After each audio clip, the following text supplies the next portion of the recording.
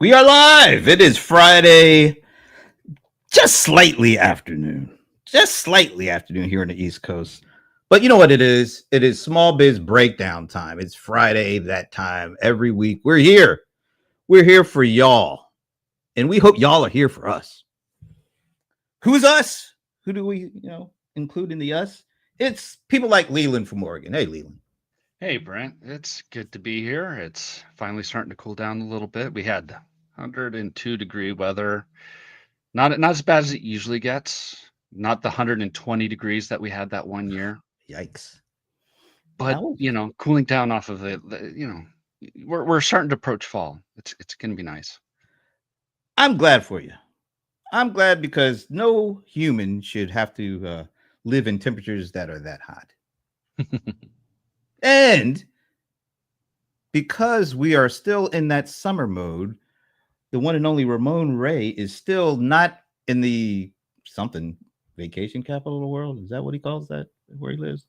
Usually? Yeah. I think so. He's not there right now, but he is closer to Leland. So we go to Mr. Zone of Genius himself, Ramon Ray. Hey. And Brent, can we just, every time you say this, and it bothers me when you start the show and introduce me, it's not what people say. New Jersey is, and you can do it, the vacation capital of the world. You can do it, Brent. Just say it. Hey, Ramon Ray from the vacation capital of the world, pause, New Jersey. Good to be here, Brent. Good to see you. Good to see you, Leland. I just want to get it right. And now we go to not the heartland, folks. It's never the heartland. It's, I think last week we called it the Lakeland or something like that because of all the lakes it's near. Magical, mystical Medina, going all the way to the one and only Evena Taylor. Hey, everyone. I'm not going to give you any business about what you call where I live. You can even say Cleveland because, we are a suburb of Cleveland, so people don't know where Medina is. They should, I know, but they don't. They will soon, because I know our next, I was going to say guest, our next panelist. This is the show. Shows don't have panels. Our next dude up, coming all the way from the nation's capital. He is already planning his, I think his vacation next time will be at the Medina. Who needs the New Jersey, New Jersey. The one and only Shashi Bellamkonda. Hey, Shashi. Hey, everybody. Good to see you on this nice Friday morning from the most secure capital in the world, Washington, D.C. area. Hey, have you noticed any differences when you're walking around? Are you seeing any additional kind of folks out there? No, actually, I live in the suburbs, so I only go there, but not to disturb the flow of this. You have other guests too. But I used to be scared going to DC in the last couple of years because of youngsters snatching things and running away. So there is something to be said there. Speaking of snatching things and running away, let's go to our last the cold one. I'll emphasize the bold one. But we all know he's also the old one. John Colder Ice Lawson. What's going on? What's up? That's it. What's up? What's up? I mean, you bring me on with such disdain. Yeah, exactly. And then you want happy-go-lucky, disdain. Whatever. No disdain. Whatever. You know what? You're like a police stop at 1 a.m. on the way home from the club. Is that like a double whammy? You're saying, John, because one is the police stopping you, so you don't know why. But the thing is, it's 1 a.m. That's the thing. It's 1 a.m. You just left the club. Yeah. It's 3 p.m. or you're not in a rush. You can deal with it. But the 1 a.m. one, it's like, oh, this could be trouble. 10 and he says your tail lights out. And your I would never do that to you unless you go after you're done with the club. First of all, you're rather old for going to the club at this point, but usually after the club closes, then you go to the Waffle House, and that's where all the trouble starts. So that's that's the spot. That's the spot. All right, this is the spot right here that we're in right now. And speaking of what we usually do every week, I ask you guys every week, how are you feeling about things? And I'm mostly talking about the kind of the small business perspective, all the stuff that comes out. We try to stay away from all the fantastical kind of stuff that has really nothing to do with business. Because if we didn't stay away from that stuff, we would be talking for hours. So we're not going to do that kind of thing. We'll just stick to the business stuff. We had the producer price index come out a little earlier this week.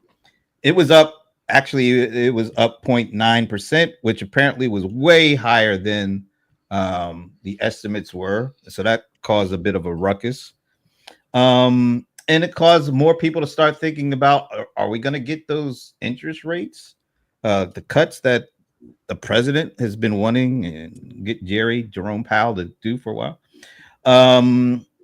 I got a clip because Goldman Sachs came out and said, you know what? The impact on this tariff so far hasn't been that big yet, but they think it's going to get bigger. So let me play this clip and then we'll go around the horn. I hate doing that because that show was canceled. Anyway, here we go. Costs can be borne by foreign exporters, by U.S. businesses, or by U.S. consumers. Our conclusion is that U.S. businesses have borne most of the tariff costs so far because it takes time to negotiate lower import prices or to pass price increases along to consumers. But if the most recent tariffs, like the April tariff, follow the same pattern that we've seen with those earliest February tariffs, then eventually, by the fall, we estimate that consumers would bear about 2/3 of the cost, foreign exporters would bear about 1/4 of the cost, and U.S. businesses would absorb less than 10%. That probably sounds small, less than 10%, but bear in mind that is a net number. If you are a company importing or using goods to sell in the U.S., you're going to get hit harder. If you are a company producing in the U.S. who is now protected from foreign competition, you can raise your prices and benefit. All right. So from a consumer standpoint, it sounds like prices are going to go up because companies are not going to eat as much of the tariffs as they have been eating. What does that mean from a small business perspective? Because we do see a lot of small businesses, in order to sell stuff, they have to, get it made and manufactured, and that's usually being done, outside the country. So right now, companies are eating a lot of the tariff impact, but as time goes on, it sounds like it's going to move to the customers. So with all that said, who wants to go first? Ramon? Since you asked, yeah, Brent, I was honestly doing my best. I'm trying to be a new and refresh Ramon every day. Like, let's just wait. But here's my thinking on this, Brent. I do think, as the gentleman from GS said just now, I think it's still a bit early. I mean, we keep saying that, but these are multi-year things. I think many of us know. Somebody said even to put manufacturing right, it takes 5 to 10 years or something to see results. But, the thing that was coming back to me, trying to be as best non-political as I can, I'm just glad somebody's doing something. Now, we want them to do the right thing. But let's say when Democrats come to office or they get a majority, I would love for them to take a stab at doing something big and bold and different. And let's hope that it works for the country. So we want that. So that's my angle when I hear this. But I think what GS said is best. He said it, and others have been saying it, that it's going to take a while. But it appears, Brent, just from my small little barometer here, and what I see, that people are doing okay. There's always going to be a high and the low, but things are moving forward. Nothing majorly negative has happened as of the last time we spoke in the last 7 days. Tag somebody. You know what? I'm going to go with Mr. X himself. John, let's see what you think, man. By the way, shout out to Amber before we go. Shout out Amber. Amber is back. We're glad to see Amber back. All right. You may speak. Hey, yeah. I think we'll see a lot of you know what? The thing is, it's funny. We're already seeing increase after increase after increase from the last administration increases to this administration increases. How do we determine what is tariff based versus inflationary versus dollar decline? I don't really know how we tease all that out. But I do feel that there was a nice runway where people knew that prices for manufacturing were probably going to increase, and they filled their warehouses. And at some point, that stock, that inventory is going to need to be re-upped. And that will be when we start seeing these increases, because importers and resellers don't have the margin to keep eating that on their own. It has to be passed down. All shit rolls downhill. Period.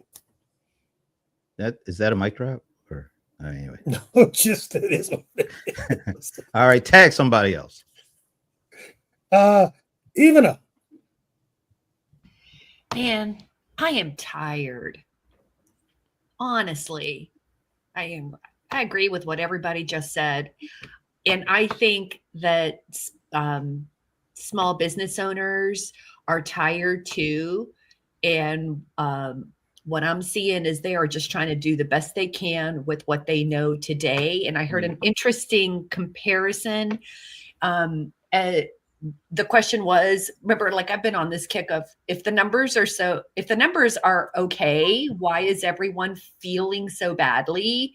Or if the stock market is doing so great, then why does everyone feel like the economy is not so great? These kinds of things, right? So, and the answer to that question is that these things that we measure that look half decent are not an accurate representation of the experiences that people have. And the experiences that people have, they're not comparing against like 10 or 15 years ago.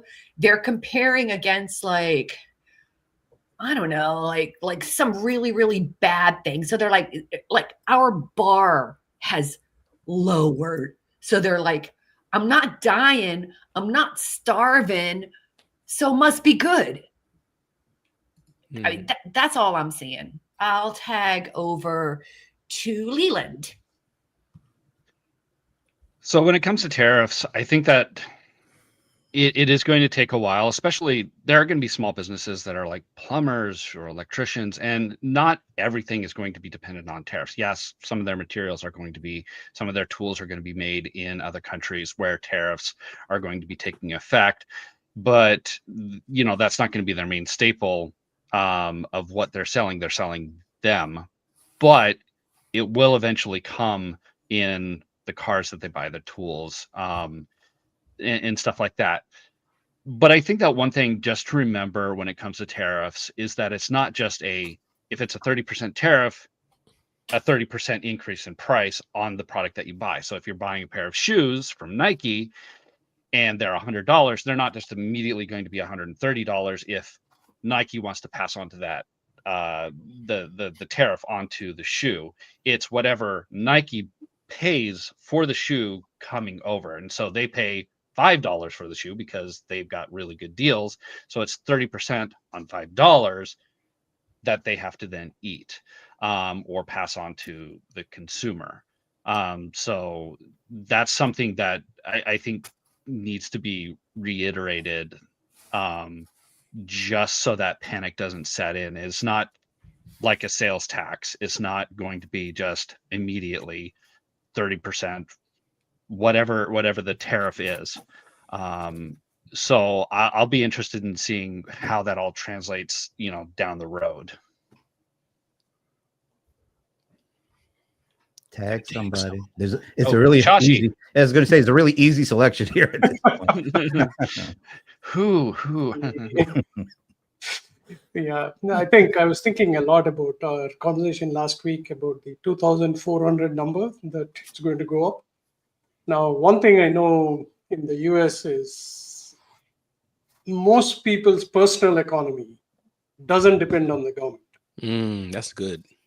It's always depends on like, hey, am I like Ramon Ray buying a new car every 6 months, or am I like Shashi who buys a car once in 20 years? Right? There's a lot of in between there, Shashi. Just a little bit in between. Yeah, just a little bit.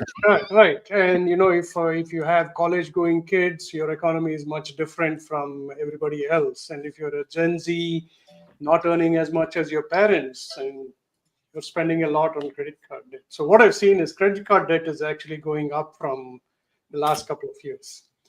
Like Leland said, you won't like, I think one of the good news is mortgage rate has come down to the lowest of this year, 6.63. And those of us who were lucky actually got it at a much better rate, right? So I don't think this has affected everyone. So, and it's also long term. If the tariffs stay for the next 3.5 years, and then the next government comes, we don't know what their strategy is going to be. But we're going to be paying the same for restaurants, same house rent, same everything else. So I think until it really affects you, you're probably not going to worry so much. That's my take. I think I sent you all in our little private chat this email I got from this small manufacturer because I was looking at buying a new SSD enclosure for stuff, and it's really good little product. It looks like, so I was interested in buying it. Went to their website. They said we don't have it in stock, but you send us. You can get on the waiting list. So I did that. The next day, I got an email from the company. Fideco is the company, and the basics of the email said, "Hey, we actually have it in stock, but we wanted to see what kind of shipping options would make more sense. If you don't need it right away, we could get it to you in 2 to 3 weeks, but and that will allow us to avoid the 45% tariff." I don't know how, but I guess they're going to ship it to some kind of country that is not getting hit with tariffs, and then it works its way through that way. Or he said, but if you do need it, we can get it to you right away, but the price is going to be 45% higher. That was the first email like that I've gotten. I don't know if you guys are getting these things, but that's a small business company trying to figure out a way to avoid tariffs so that they can sell stuff to this country. Are you guys getting any of that? A Chinese company? It's I don't know if it is, but apparently there must be some relationship to China because they did call out China as part of this. Are you guys? That's the first kind of thing I've gotten like that. Have you guys started getting any of those kind of notices or people trying to figure out how to get away from these tariffs because it's going to cost them money if they can't? Well, and the answer is no. I haven't come on the receiving end, but my guess, Brent, is they're a very small business, right? Because in mass, I don't know if it doesn't seem like it's automated. And I say that a member of my family runs a logistics and freight company. It's a couple 100,000 to low millions, and they can afford to do that kind of thing. You said a customer comes in, calls, as they're moving, doing something, they'll be like, hey, can we do it this way? So what I was trying to add to the conversation is I haven't received it, but it seems to me like the smart way to do it. You're running a $500,000 company, $2, $3, $4 million company. You have somebody dedicated dealing with e-commerce. Okay, we got these 20 orders that came in today, and everyone matters when you add that up over the course of quarter to quarter. Anybody else seeing anything? I put a report from the NFIB in a private chat, and I'll put the link here also for people. It seems like their small biz optimism index actually shows that small business optimism has gone up, and this is for July, right? So again, I said personal economy is restaurants are hurting, healthcare is hurting because of lack of employees, right? So they see it in a different way than most of us. Restaurants are hurting because I think people are saying, if we have to pay more money for goods, let's cut down on some of our so-called luxury items, if that makes sense. Along that line, Shashi, I've seen a couple interesting things pop across my email, my news feeds. Of course, that's just the algorithm, right? But one of the interesting things I've been following is I started like last year, I saw one or two, and then, you start seeing more and more of these conversations happening. And it started out being called like minimalism, where people just didn't want to consume as much. So it's this idea of not consuming, not constantly spending. And then I think the pandemic hit, and that sort of like really, really ratcheted that up.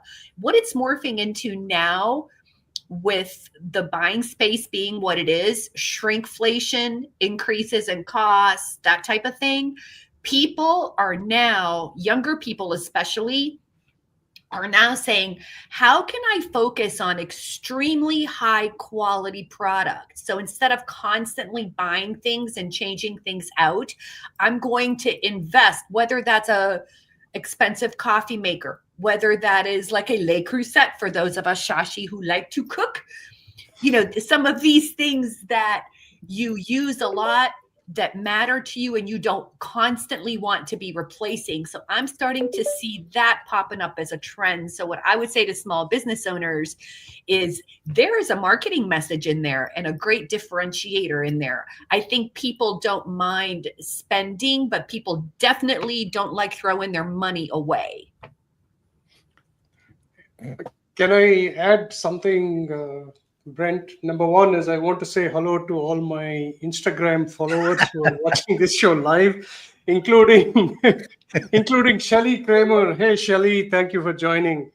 But How you make these names up like this, Shashi, I don't understand. I can vouch. She's a real person. I know her. She's real. Yeah, but she's just, that's a screenshot from last week. I'm just messing. Welcome, Shelly Kramer. Go ahead, Shashi. You were saying. Yeah, I wanted to expand on Ivana's lifestyle spending, right? Minimalism is also there. But I was talking to a friend of mine who opened a new bar that is non-alcoholic. $30 for a non-alcoholic drink. Say, hey, more power to you. You're going to be healthy. You're going to go, to this place and have a good this thing. But at the same time, I think if small businesses dealing with alcohol have two problems. Number one is that people have stopped drinking, according to Washington Post. I'll put that link also. It has come down by 13%. That is correct. So, which means that more restaurants should actually experiment with non-alcoholic cocktails because you don't want to lose that revenue. And that's probably a good way to go. Now, all of this doesn't have anything to do with who's in power or otherwise. I think there are so many things changing at the same time. So I think you have to stay hyper-focused on your local economy, if that makes sense. Hey, Shashi, I want to add one thing. You mentioned Go ahead, John. No, I'll go ahead because mine's not dovetailing off of that. I was going to say that you have a friend, who's selling the non-alcoholic drinks, and I just wanted to add, yes, the detail of that, sure, but I guess he or she's probably selling the experience too. I just wanted to, when you think of Savannah Bananas, those that don't know, just look it up. It's my understanding they just had a thing in the Wall Street Journal. They seem to be going gangbusters. So they're killing it right now. Right. I want to drink, man. Or, as you all know, I've never drank, but that's, let's drink. Hey, you want to have a drink together? But I think also the other half of that is, come on, Brandon, what can I say, man? Is the experience, which your friend can sell the experience. The drink could be a side issue. So John, go ahead, man. I don't know if you guys were following Shein, which is a cheap brand, clothing brand, online, Chinese-based. They did a pop-up store in Atlanta from August 7th through the 10th. And it was packed. The mall was packed with people ready to spend money on those cheap clothes that you get from China. I think this idea of taking in the price increase without also looking at consumer spending makes no difference. We have to look at both of things. And when the consumer actually stops spending, then we have a problem. Price increases aren't really the problem if people are still going to keep spending. That's right. And people are still spending, and to even his point about, how we've become, I almost feel like we're all saying hey, at least it's not COVID pricing, Right. You know what I'm saying? We've been so, we've been through so much that these little things are just not doing that much to us in terms of the spending. But trust me, if the consumer stops spending just a little bit, 5%, 3%. That trickles through everything in the economy. And John, I just wanted to mention. Things. Yeah, go ahead. Yeah, John, as well. I just want to mention your friends from China, not only Shein, but your other friend from China, Luckin Coffee, 2 stores in New York City, read in the Wall Street Journal. They got proverbial billions, whatever the money they have to spend. They're going after Starbucks. Will they be successful? Nobody knows, but they have enough runway, app-based gamification, Savannah Bananas like Luckin Coffee. Who knows, in 5 years, they can have thousands of stores across the USA. To your point, John, is the consumer spending? Do people want their coffee? And one of the ladies, it's only one lady, so it could have been just that day, but she said, I don't hate the taste of the coffee, but it's cold. They gamified it, and they gave me 40% off. So just to your point, the consumer spending, it's an open market. I'll say one thing about the consumer spending. A significant amount of the spending that's being done by the consumer is on credit, and that can't keep going like that. And I think one of the things that I think consumer spending on credit card is already like at $1.2 trillion. A lot of these people are spending on things like daily things, but they're using credit cards to do that. I don't think you can. That's something that can last for very much longer. And once that starts to like exhaust itself, then we need to come back and see where we are. Because I agree with you, the consumer spending is kind of keeping us afloat, but you gotta give it up the card at some point, because they'll come and get your card when you aren't able to pay even the monthly debt that they keep you. And those credit card percentages, I mean, damn. I don't know how people do it. I have no idea how people do it, because I pay my balances every month. So I don't think I've ever spent interest on a credit card. But I know people live like that. Oh yeah, the credit card to me are good friends. I can go through all of them. Yeah, I got all the PIN numbers, all the numbers, 16 digits. I can rattle them off a heartbeat, no problem. But you know what's really interesting, to your point, like in my little, I'm just going to speak like in my little small town where I have lots of small independent businesses. Lovely Medina. Exactly. Lovely, beautiful Medina, right? yes. And like I said, we are kind of like a touristy place. And whereas, my goodness, it's only been like in the last year, almost every single business is now saying, if you pay cash, we'll give you 3% off. Where that did not used to be a thing. You used to not be able to even do that. It used to be illegal to do that. Really? It was illegal? I noticed the gas station around the corner from us just opened, and they've got a sign. And now that, it's a new sign, new gas, and it's got cash credit and it shows 2 prices back and forth. There was a change in the laws that allowed you to be able to pass on the charge of the card to the consumer. Yes. And so usually it's not, we'll, give you less for cash. It's more, if you use your card, we're going to charge you 75 cents, $1 or 3% or something like that. And Amber just put in there, buy now, pay later. So that was a big issue. Wall Street Journal talked about it, the debt people are going into because of that. The jeans are $80. You're doing buy now, pay later. But go ahead, Leland. I think I stepped on you. Go ahead, continue. Sorry. Yeah, it's a good point, Amber.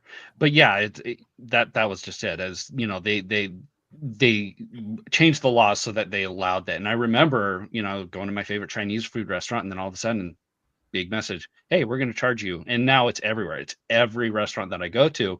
We're going to charge you an additional 75 cents. Sometimes it's flat rate, sometimes it's a percentage, but they'll just pass it along to the consumer instead. See, that's a good point, Leland.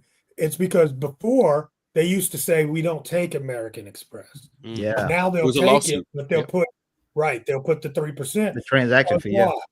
Because why? Like you said, they changed the law where you could pass it on.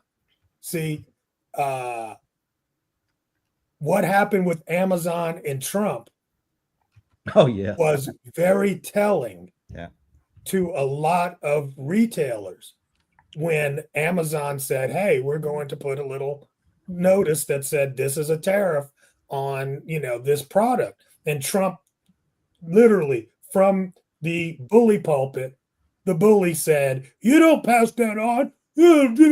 Right. So he basically said, that's not something you can do. Once that wears off, and all the retailers can, they will. As soon as they can, they will. Well, they can, John. They can. It's just they're afraid of the Trump. Trump's running the government, so Exactly. they can. I just wanted to clarify that they can. Oh, No, they're they afraid of can't. being. They're afraid of being They outed. can't. How does Amazon survive if you got the bully pulpit yapping about how much of a shithead you are for pointing out that his tariffs made the price go up? Yeah. How do you survive? Can you pull that up, John? Let's get our phones out to pull up the Truth Social app. Can you just scroll down to pull that up on Truth Social real quick? Just show it on your phone. Just show I'm just like, did that really happen? Right? Yeah. You know what I'm saying? But I think there's just like this grace period right now where retailers are almost afraid to say, look, no, that's not almost. It's not almost. They are afraid. We had Tim Cook from Apple going to beg to the White House. We had Jensen Huang. I mean, these are folks that are running the biggest companies in the world, and they're going to grovel and give a 15% cutback. So yeah, they're the bully pulpit. You said it right. A lot of this stuff is taking place because they are literally afraid of upsetting the one person. Yeah, but that won't last forever. It can't last forever. I don't think it can last forever. But Brandon, John, can I bring it again? I hate to always be such wisdom here, but my point I'm trying to get at is that what's that? I said I hate to bring such wisdom always. It was so smooth the way you did it, though. But I like being here on the Small Business Rundown. But I just want to say, you're right, bully, and all this. I get it, y'all. But I'm saying, on the other hand of this, could this not just be business and advantageous? Meaning, there's nobody else been like Donald Trump. We all agree that. Forget party, just nobody else operates like him.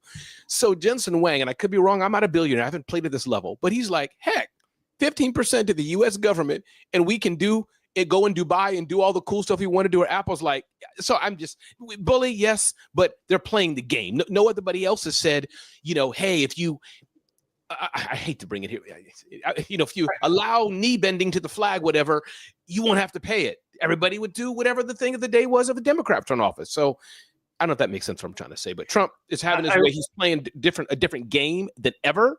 And when the next States Democratic president comes in, let's say it's Newsom comes in, for example, in 2028, whatever it is, he may say, hey, everybody must have green, whatever the thing they want to do, recycle better or something, or you'll pay a big tax. Trust me, Apple will be at the White House with corn and grass. Look, I'm agnostic about who or what. I'm just saying that there is actually right now a barrier in place that's keeping, just like there was a barrier in place for those small retailers to charge the extra 3% for the credit card. There was a barrier in place. I think it's a barrier. It's not, but it's in place right now. And at some point when that goes away, we're going to see price increase. But I want to just weigh in on the credit card fees part of it. For a very long time, both of these large companies that were doing, or many of these large companies that are doing credit card transactions were taking that money, right? It was neither the small business nor the consumer who was gaining. Now there's a pushback from the small business. Guess what? We're still paying the same price plus more, right? What I predict in the future, like for example, India jumped the whole Visa credit card processing fees by having their own system, where whether it is like 1 rupee or 10 rupees, you can still transfer the money and there's no charge. The network is run on its own, and that has become a very huge thing, because I can bet there's no increase in the number of people withdrawing cash and going and paying small businesses. They're still using their cards, right? It's not only small businesses. Like if you try to pay a government, like whatever traffic ticket or other things, they have the same thing. You say either send us a check, which is going to cost them more to process. But if you pay by credit card, you got to pay like whatever, 3% or anything like that. So Zelle, probably Venmo, all of these companies are going to watch. And if they can do a better financial transaction, I think the consumer will gain and the small business will gain with that. So I'm hoping for that for the future. All right, before we move on and segue, shout out to Amber. Amber is lighting it up in the comments section. Really good stuff. Say hello to William T. Chilton. I don't know if we've ever had him on before, but thanks for joining us. I know Shashi, William's one of my fans. Shashi, just so you know, Shashi, William's one of my fans. Thank you. and he's not on Instagram, so he don't really count. No, in that case, I will say hi to Carrie Hatch, Oh, who is wow. a well-known thought leader from the DC area on Instagram. All right. Let's also say thank you and hello to our buddy Pierre Du Bois, who is chiming in as well. See, am I missing anybody? I think we're good to go. All right, so let's move on. How many of you have tried out ChatGPT 5? Mm-hmm. What has your experience been so far? I can go because John will have a much more nuanced way and much better. The enthusiast. Don't prop him up too much there, Shashi. Let him make it prove that point. But just saying. It's a little bit more intelligent, which I think I should expect it to be. And I also, today is India's Independence Day. Happy Independence Day, everybody from India who's watching. And I tried the image, right? I said like, okay, it's India's Independence Day, create an image for me. Grok failed. Gemini was good. GPT-5 was good.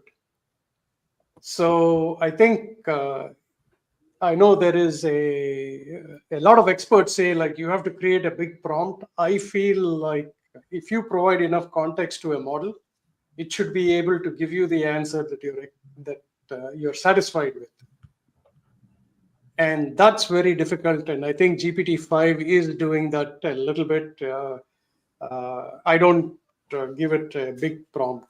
So it's good. I know there's a lot of backlash because it didn't calculate some math problems. But I am against like people trying to game a model and say like, wow, it went wrong. Yeah, there's so many places that models go wrong because they are not supposed to. They're supposed to know everything that you have created, right? So I think it's a good step forward for OpenAI, in my opinion. Go ahead, John.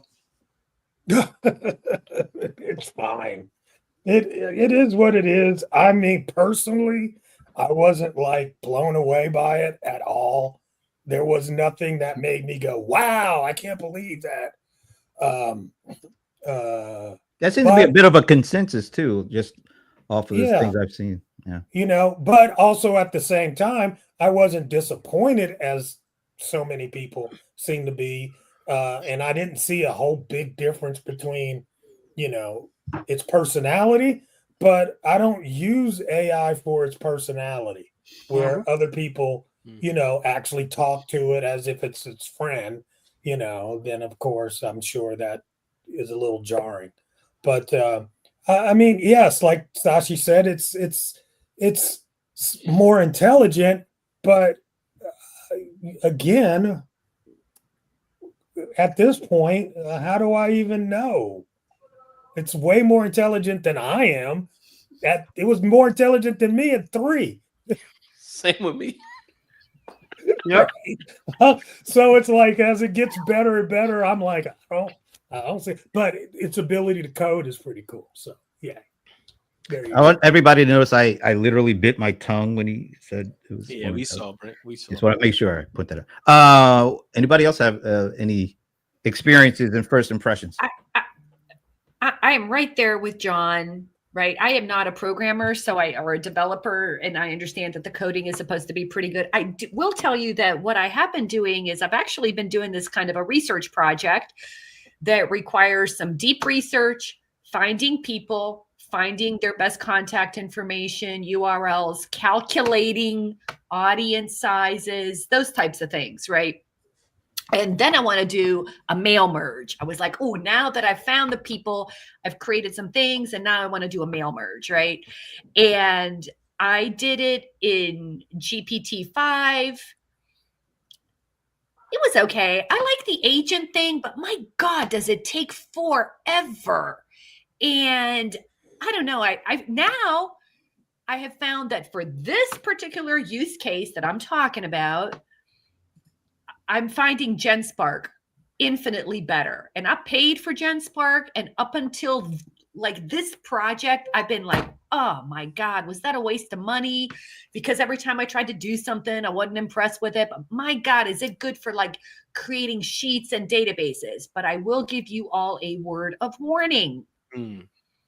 There are issues. So whenever people say things like, you guys have been saying, oh, AI is going to replace blah, blah, blah.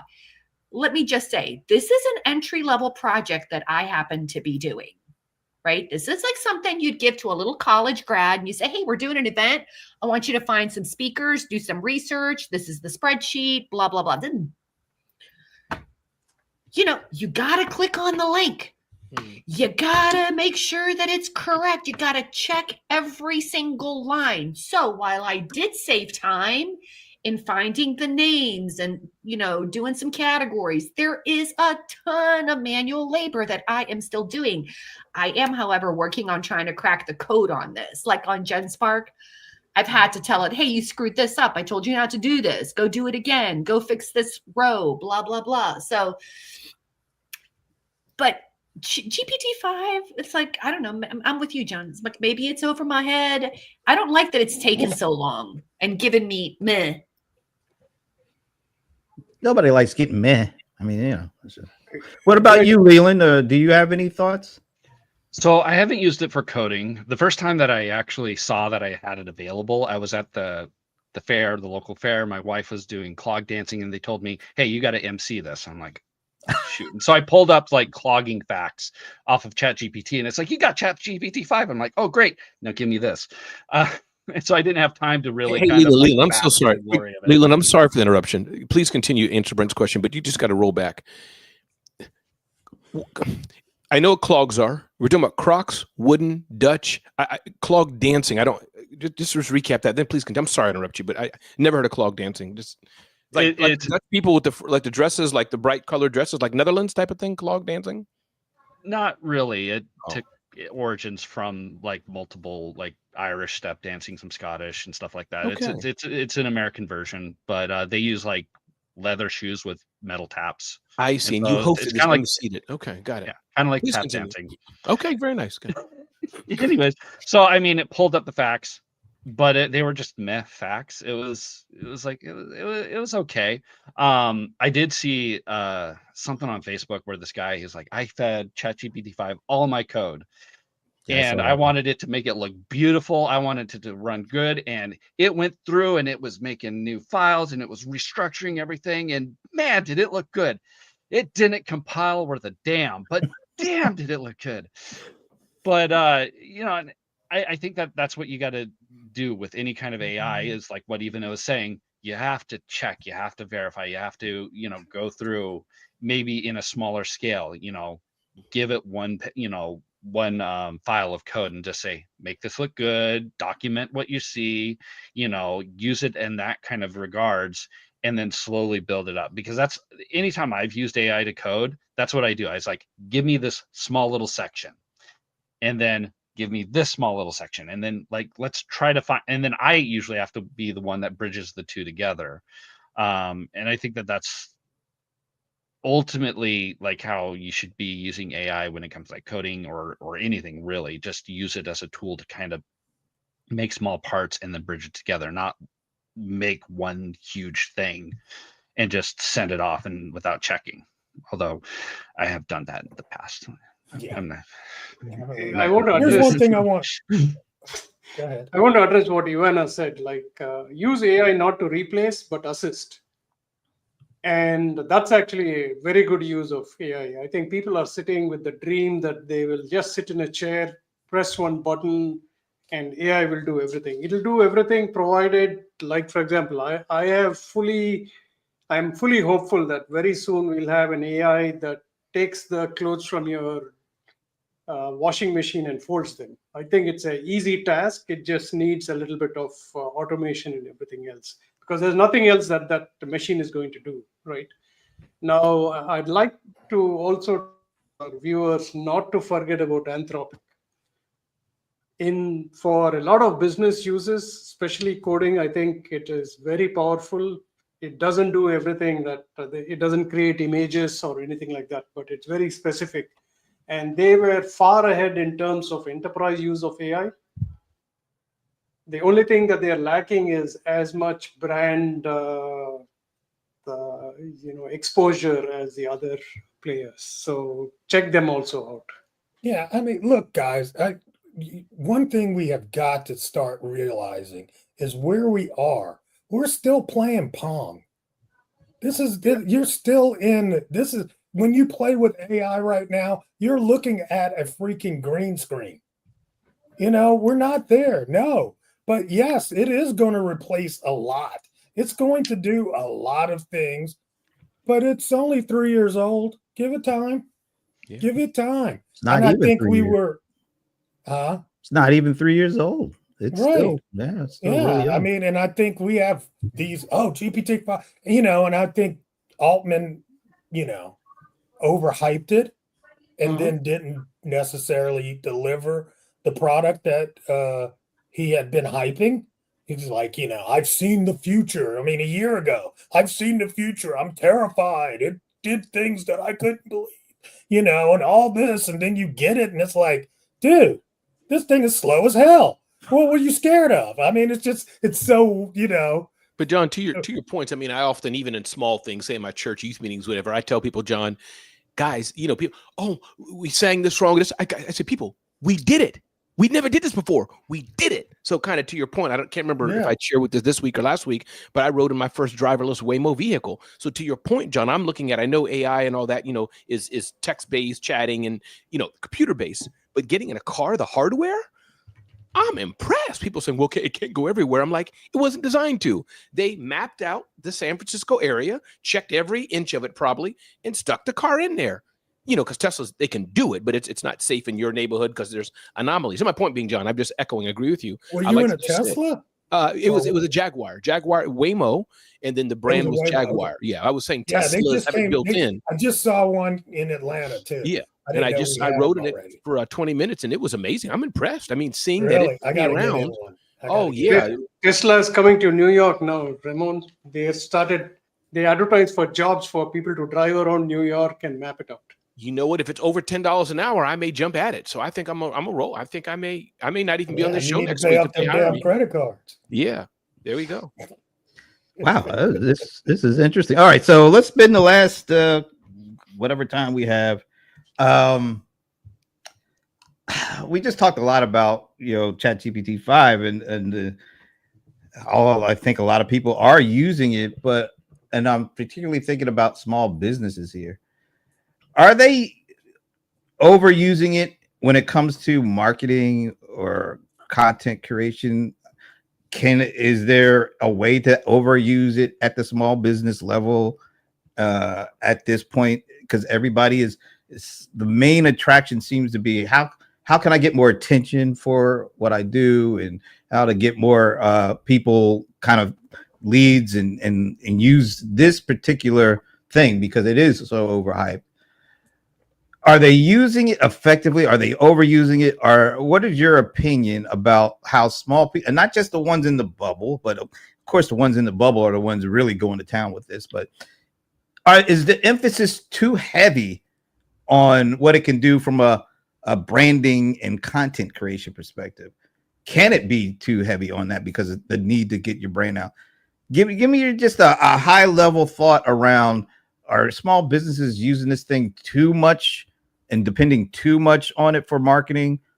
And is there a way that they can do it a little bit more effectively? Because it doesn't feel like they're having the impact that they want to when it comes to using this stuff. I guess I'll jump in as the marketing representative of this panel. I don't know how to put words to this, but what's occurring to me is an old tech analogy, right? Which is that tech done superbly well should feel invisible to the user. And I'm going to apply that to the marketing space and say AI used in marketing should occur as natural. Because right now, and I'm just going to be judgmental, is that if when I see that it's AI or it looks like it's AI, now it's a novelty. And I feel like they're playing with tech rather than appealing to the consumer and the buyer. And I'll just leave it at that. I'll jump in on somebody else's. Do I need to tag someone? I'll go. Ramon. I have a thank you. Even I have a passion on it. Thank you for what you shared. I think a few things. One, again, it's hard to take people out of the bubble because we all are in the bubble, this tech bubble. But I think there's probably a segment that are not using it enough, that are not just asking it basic questions. I sent this proposal out. What do you think? The basics like this. But to Evena's point, yes, there's probably so many that are treating it like a toy, which John referenced. It is a toy right now, but it just feels so icky. And the only thing I'll add to that to slide in, and I'm glad to be here, but as Bitdefender's new small business ambassador, I encourage people, as we small business owners are using the power of AI and all these tools, let's be more secure. Note that hackers do want us. Malicious people do want us. Ransomware is real. All these phishing is a real thing for the smallest of small businesses. So I just wanted to add that in on behalf of Bitdefender to encourage small business owners. We must be secure. So to your question, Brent, some people are not using it enough. Some people are using it too much and it looks weird, but make sure whatever you're doing that you are secure. I tag Leland for his thoughts on how are we using AI? Too much, too little? What are we doing? For marketing, not everything, but just the marketing. Yeah. Mm-hmm. So when it comes to marketing, I think that it's important to also, when AI is used, inevitably the same words come up: unlocking, realize your potential. These things are big red flags for anyone who is in the know. And I would imagine that after a while, people not in the know are going to start picking up on it. They're going to be like, did you just do a simple blurt into ChatGPT and then copied and paste? Because that's kind of what it seems. I mean, you could kind of see that with images now, and videos. Definitely, there was a video of like a gorilla fighting an alligator, and you're like, oh god, that is so bad AI, and it was horrible.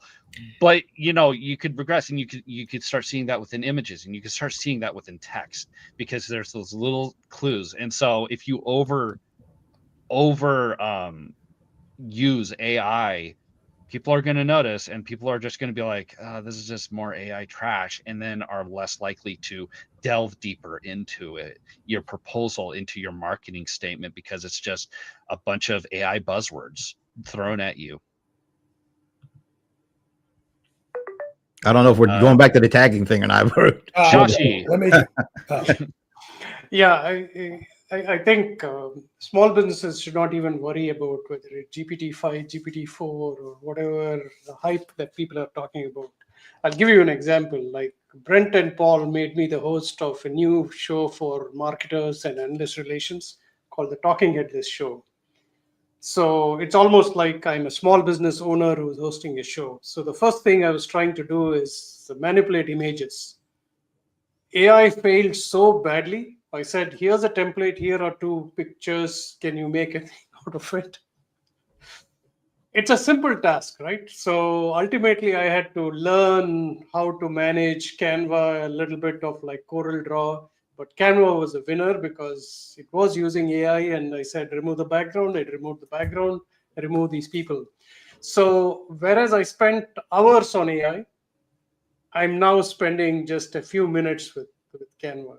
So your providers are going to bring in AI. Look at the tasks that you're spending more time on and use very specific solutions for that, not just a public LLM, is my take on this. And Shashi, I just want to add again to John's point. I think that riffing from the point that he said it's still very early green screen, everything can't do everything. So, to your point is that image creation, again, we're all using it, video and all this, but I've done the same thing. You can say, create an image and it may do what you want or not, but dozens of times I've just said, heck, let me just go to Canva and search on women at keyboard smiling with cup of tea. Boom. It's the perfect one right there. Pulled that sucker in and put it on WordPress. So I think there's no shame in that, to use these tools, what they're designed for. Eventually, in the next iteration, will somebody do it that it'll give the perfect tool. But right now, to that point, I find Canva getting the perfect stock image and then manipulating that It's just much faster than me doing prompt after prompt. No, use the same one you use 5 iterations ago. No. Use the other guy. It's just so to your point. Yeah. Very true. So, John. Yeah, man. I don't think. Well, I think people are using it probably, but not enough. Mhm. So I'll be the opposite. They're not using it enough.